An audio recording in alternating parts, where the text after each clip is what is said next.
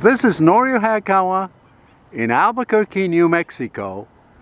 I'm standing right near the former main gate of Kirtland Air Force Base on Wyoming Boulevard, and today we'll be meeting a very interesting person by the name of Jim Brockway. By the way, Jim Brockway says that he used to interact with Bob Lazar when Bob Lazar was living in Sandia Park area of Albuquerque, which is right behind the Sandia Mountains. And I thought that this was going to be an interesting interview, and here's Jim Brockway, and I'm going to show you where I am right now. I'm right across from the Thunder Scientific Laboratory, and today we're not going to talk about Paul Benowitz, who actually founded the Thunder Scientific Laboratory, but we're going to be talking about Bob Lazar, an amazing, eccentric and enigmatic character who actually lived in Albuquerque, New Mexico, at a location, a small community called Sandia Park, which is right behind the Sandia Mountains in Albuquerque. And this is a fascinating thing, and I'm going to ask Jim about his interactions with Bob Lazar right here in Albuquerque, New Mexico. Actually, I was told that Jim had some business deals with Bob Lazar, and went to Bob Lazar's home in Sandia Park several times, and purchased things and that. So I'm going to ask Jim Brockway. Jim, is it true that you did some business with Bob Lazar at his residence in Sandia Park, and that you told me before, I think, that you thought that Bob Lazar was somewhat eccentric, but he was very familiar. He really knew his stuff. So when was this interaction taking place? I'm guessing it's around 2013. Albuquerque had a pretty major snowstorm here. And so there was quite a bit of snowfall. Everybody had a hard time getting around. But Bob was running about a week behind on his orders, and he was looking for someone to come in and help him pack the stuff out at his warehouse or shop there. And so I applied for the job and got it. And so I worked with Bob over at his location there in the East Mountains. And we caught up our orders that we had over there and got them shipped out when he could get out of his property there, because they don't have very many snow plows out here. So a good heavy snow here, 16 inches or so. The roads are pretty well socked in. So but we finally got our orders out and everything else. I worked with them for about a week, 2 weeks there. Okay. And got caught up with all our orders, and it was released. Very interesting, Jim.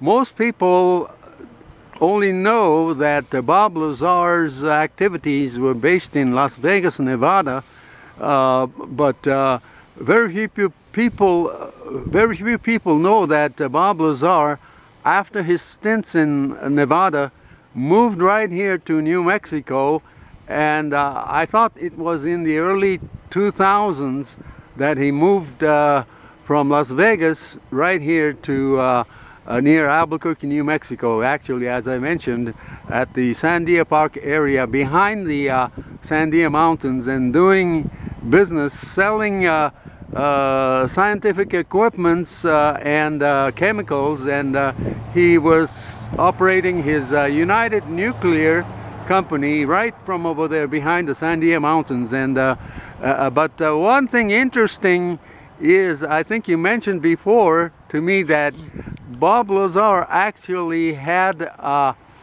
barbecue party right here across from the Thunder Scientific Corporation, and we're not going to talk today about the Thunder Scientific Corporation or the late Paul Benowitz, because after Paul Benowitz passed away in 2003, Paul Benowitz's sons took over the Thunder Scientific Corporation, and even today is dealing with Kirtland Air Force Base, because they sell certain scientific equipments to Kirtland Air Force Base. But the focus today is on Bob Lazar, who lived in New Mexico, I believe in the early 2000s, and actually I heard about the incident where I think it was around 2007 or 2008, I'm not sure, but federal agents raided Bob Lazar's house and his United Nuclear company, and it's my understanding that after that raid, I think it was in 2007 or 2008, Bob Lazar moved everything to Michigan, from what I understand. But tell me about the barbecue party that Bob Lazar held right near here. Actually, things have changed, but there was a company that existed right near here. But tell us about that barbecue party. Well, they had a store here on Wyoming that was called the Albuquerque Alchemists, and he spent a lot of time there. The shop itself sold a lot of chemical, looks like a high school science class with all the glass tubing and beakers and everything. But the gentleman that owned that, and then Bob, who also had a very big interest, from what I understand, in fireworks, the sky rockets and so on, had sold his pieces of material for the rockets and everything. And he, had a shop there that he could sell his stuff there. And they said he'd come down here and had a barbecue from time to time.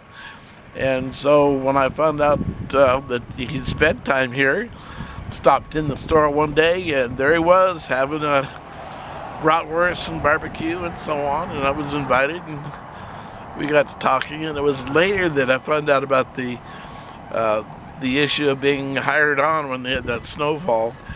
And so he spent a lot of time right here behind the scientific store here.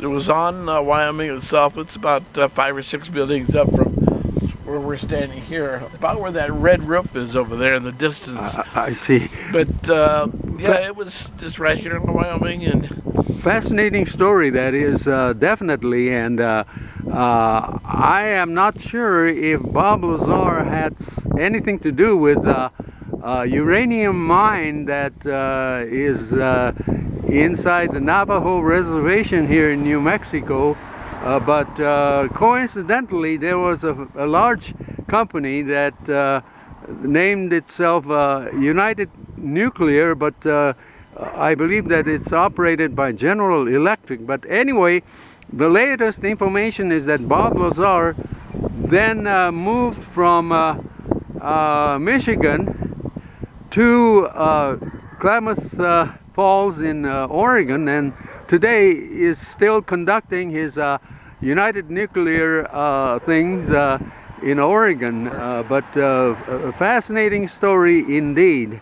Thank you so much, Jim, for interviewing me. I had several questions about the years, but anyway, we'll talk about that later. But once again, we're right across from Thunder Scientific Corporation that is like a defense contractor for Kirtland Air Force Base.